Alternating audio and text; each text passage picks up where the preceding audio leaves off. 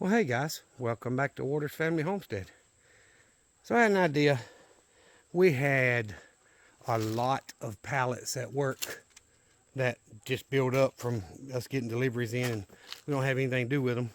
So I had planned Friday. They was 2 stacks 7 foot high and a third about 5. So I had planned when I got done Friday to load up the pallets that I wanted, which is regular size, heavy pallet, and bring them home. And this is what I was thinking: make my stall walls out of the pallets and then put OSB on one side of it. That'll stop the wind blowing through and such. And then with the metal, over the roof, well, then you got a stall for goats or the dog or whatever.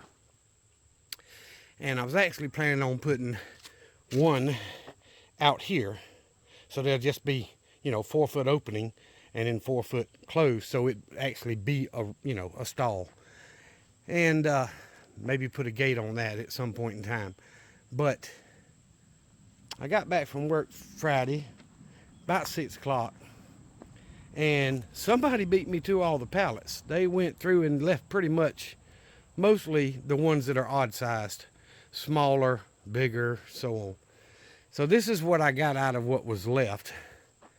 And you see I've got several different sizes, so I'm gonna see what I can work with. If I can't, then I'll just wait until I get more built up at work and make sure no one beats me to them. But I've got, I don't know, 5 or 6 that are the right height, at least one direction. And what I want to do is, like here, do a wall with it and screw OSB to it, and then come above that with more and screw OSB. So that'll build a wall, screw it to the chicken pen, screw them to each other, put a post out here at this end, and then put a board across the top of the post for the, throw up a few rafters for the tin, and boom, you got your stalls. And it'll be 4 stalls. I'm sorry, 3 stalls, 4 rows of pallets, and that's just going to save me a lot of effort as far as building everything from scratch and all that. And the first one I'm figuring will be the dog's house. So I've got that thermocoupling receptacle that I can plug all their lights into for heat during the winter. There goes the neighborhood idiot riding by.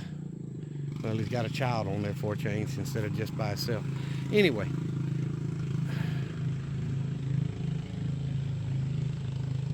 get it built that way, and it saves me a lot of money on lumber, and gets the pallets out of the way for the shop. So that just made a lot of sense as far as doing it very cheap and saving me money. So someone beat me to them, and we'll get more in. I'm not worried about that, but I don't know what the time frame would be. But either way, I still have to put the post out at each corner or each run, so that I've got a place to put the rafter across to, and didn't do rafters back to the building for the metal to mount to. And I'll just slide the new metal right up under the edge of the old metal, and that way it won't leak and it'll continue on. So that's the idea, and it doesn't take up a whole lot of space back here. And I'll be honest, I'm worried that the goats are probably going to kill my fruit trees. That fig tree being the most concern, because it actually produces a little bit of fruit. But if it does, it does. The goats are a little bit more important, I think, at this point in time. So I still have to put 2 posts here, for one for the corner, the end, and one for the gate. And I'll come off that end back to this building, so they can't go through the chicken wire, of course. And then from the edge of the gate across, and then run all the way back down this side as far as I can, and over, and try to fence in that area behind the chicken run back there where my harrow and bottom plow and all that stuff is. So that's kind of the idea.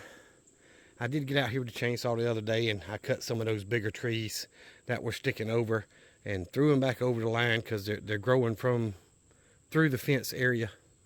So anyway, I worked on it, but I need to get a new chain and all for the chainsaw.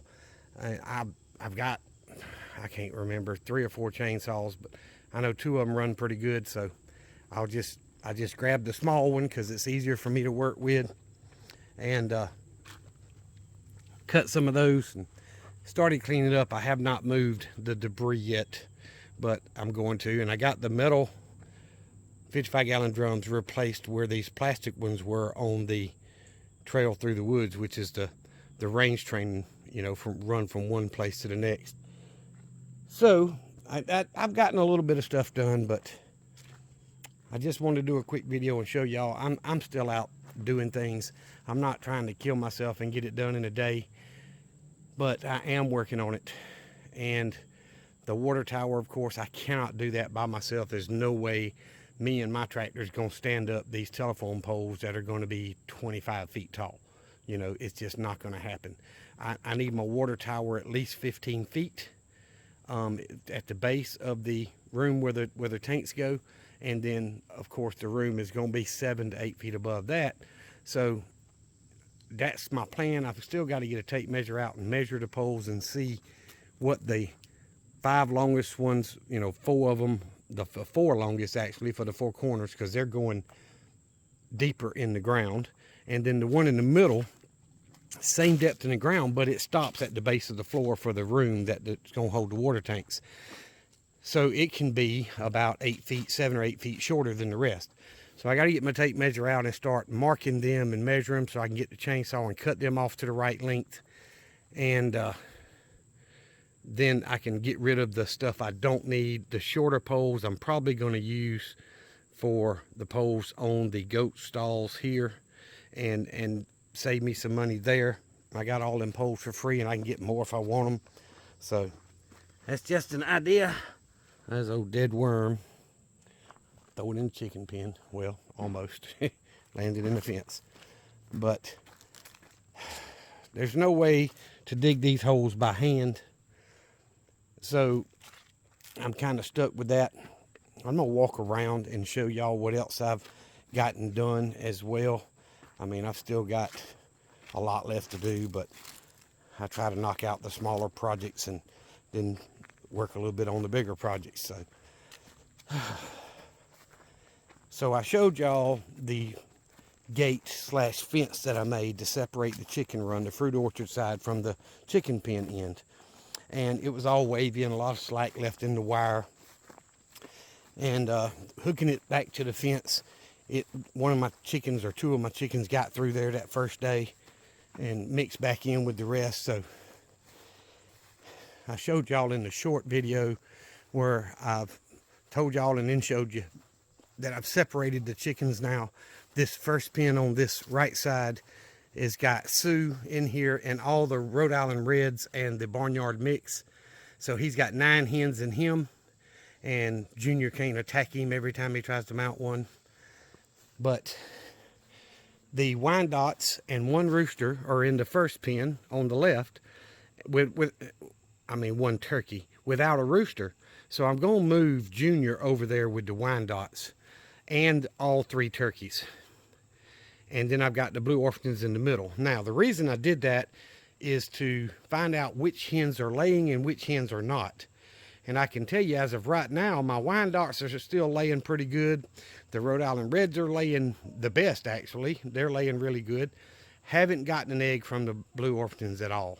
So I'm not going to keep feeding a chicken that's not going to produce eggs. They can either feed me with fried chicken or they can feed me with eggs. Either way, but I'm not going to keep feeding them and them not pull their weight, is the way I see it.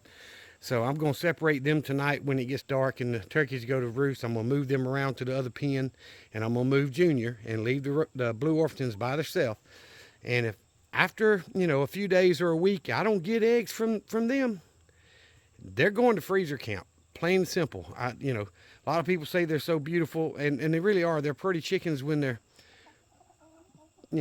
all filled out, not molting or any of that. Every chicken looks like crap when they do that. But they're just not very good egg layers. They're just not worth me having here in Southwest Georgia. So I kind of gave them the benefit of the doubt last time we butchered a bunch, thinking it was just too hot in August and July, for them to lay very much. Well, It's not that hot now, y'all. We're in the mid 80s. Every now and then we'll still hit 90. But for the most part, we are a whole lot cooler than we were. And the nights are getting down into the 60s. So there's really no excuse for them not to be laying wide open right now. And so far, several days, I haven't gotten an egg from those Blue Orpingtons. So, and they're only a year old. It's not like all these chickens are old. The Wyandottes and the Blue Orpingtons, they were bought at the same time. They're a year old, maybe a year and a month or something like that, but they should lay for 2 to 3 years easy. And these have just never been great layers. So y'all know the barnyard mix here, the oldest ones I've only got 2, which will be, I'm trying to find the older hen. The one with a lot of white on her back there in the corner is one of the oldest ones, and there's another hen in the corner with her. That's one of the barnyard mix. Got black on her tail. Those 2 are about, they're a couple of weeks older than the Wyandottes and the Blue Orpingtons because I hatched them myself. And so is Sue, and so is Junior. But the Rhode Island Reds, these chickens are young. They've just started laying in the last month. So, you know, they're 6, 7 months old, something like that. And, you know, I'm pleased with it. There's 9 chickens over here, and I got, I think, 6 or 7 eggs today. And then there's 7 Wyandottes, and I got 4 eggs from them today.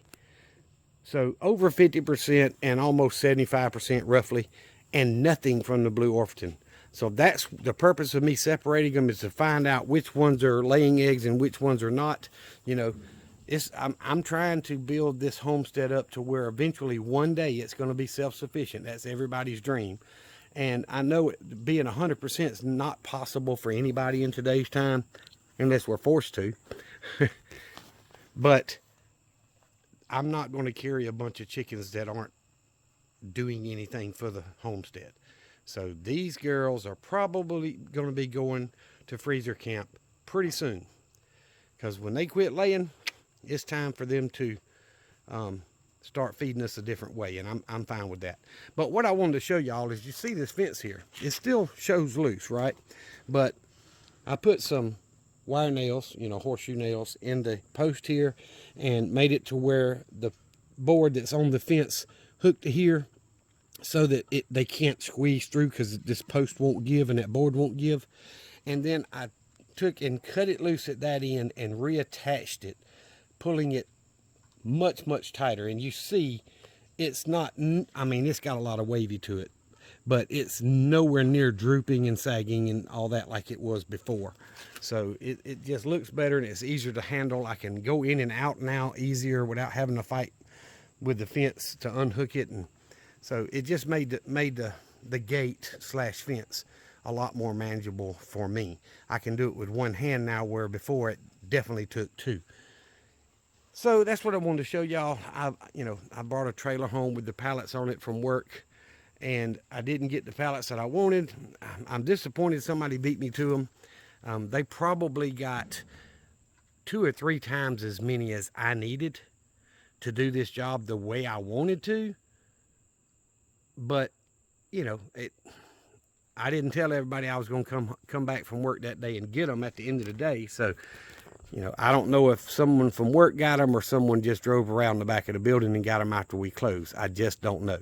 But it doesn't matter. We'll save up some more and I'll get it done. I'm not going to spend a bunch of money on it. That's the whole point, is doing what I can with what I've got, or what I can get really cheap. So I know the barrels there, the plastic barrels, those are not, let me get this correct. They had Roundup in them, is where I get them from. They're free. I can get all I want. They're 35 or 30 gallon drums. I can get all I want. But you don't want to put your drinking water in a drum that had Roundup in it. Doesn't matter how good you wash it, it's going to always be a residue in there that could make you sick, not be good for you. So I'm not using those drums as potable water storage. Now, these 55 gallon drums I've got over here on this side of the building, they are potable water. Those things came with a tomato paste in them. And I got those, I think I paid $50 a piece for them or something like that way back 5, 6, 7 years ago, probably longer. And those totes that I've got up there with water in them, those totes had soybean oil in them. So that's, you know, technically not going to hurt you. It's a food grade. So I washed them out several times, pressure washed it with bleach, and, you know, got them good and clean, filled them and drained them, and filled them and drained them. So those are perfectly fine for water, and that's what's going in the water tower.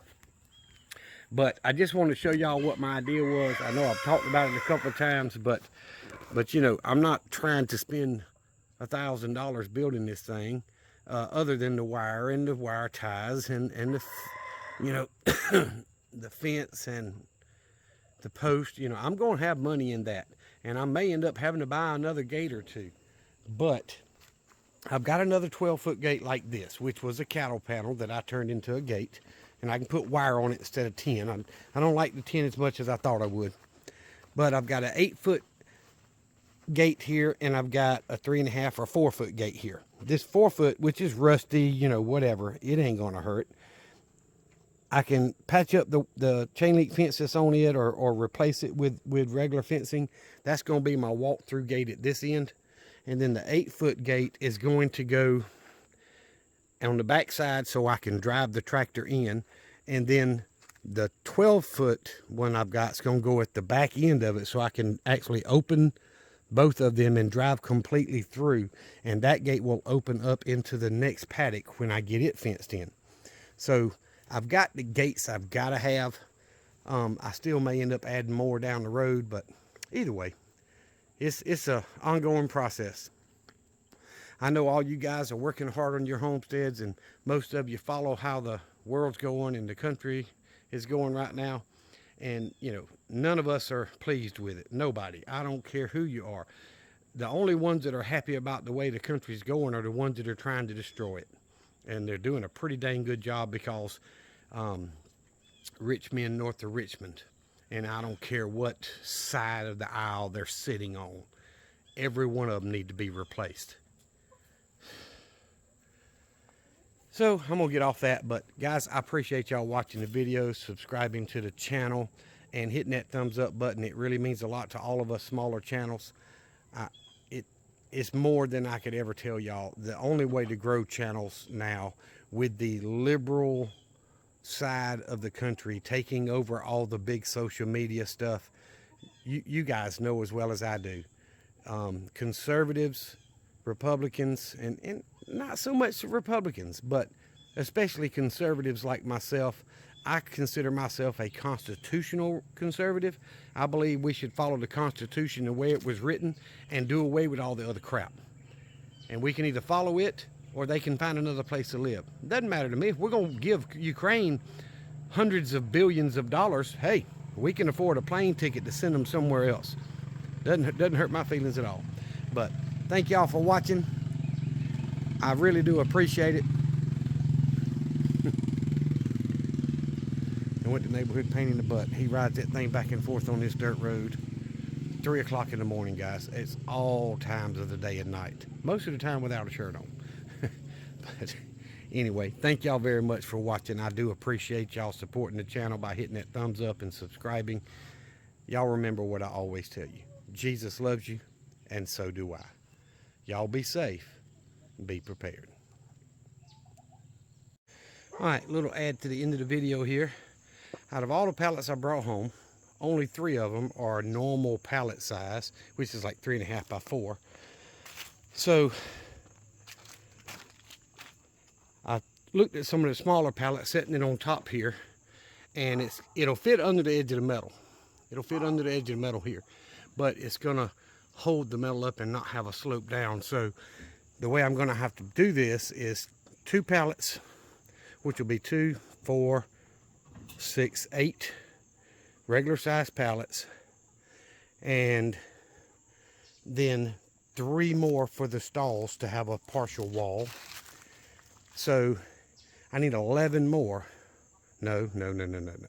2, 4, 6, 8, 9. I need 11 total, and I've got 3, so I need 9 or 8. 8 more. And yeah, my math is all funky today, isn't it?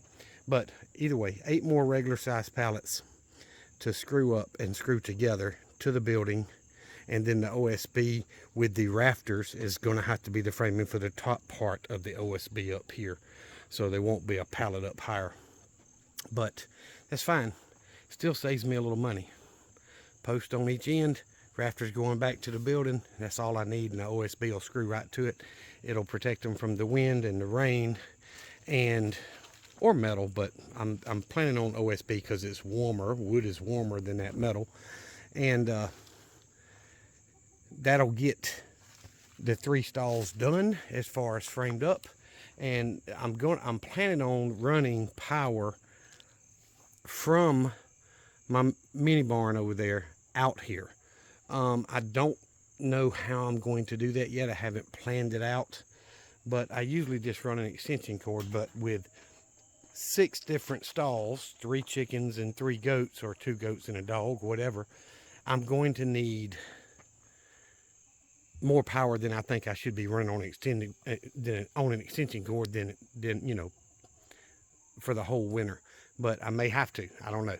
But either way, I could bury it just slightly under the ground from the receptacle on the corner of the lean-to on the mini barn back, and put a receptacle here and just run cords off of it, or just run and put a receptacle at one in each stall up high, so I can plug the chicken and the outdoor end, and the other end up at the building put that thermal coupler that'll bring these receptacles on in the wintertime or when it gets cold, and turn them off when it warms up. So that's kind of my thinking, but I don't know if it'd be worth running a, you know, number 12 wire out here or not. But either way, wanted to add this to the video. I know it's a little bit longer than normal, but you know, sometimes I just get in that rambling mode, I guess. But now I know exactly what I need. I need 8 more regular size pallets, and then buy some OSB and get the post put up, and then buy some 2x4s or 2x3s, whatever I build it out of, and get this thing framed up so I can get the metal and get this thing done, hopefully in the next 2 to 3 weeks. Probably won't be this week, but we'll see. Thank y'all for watching.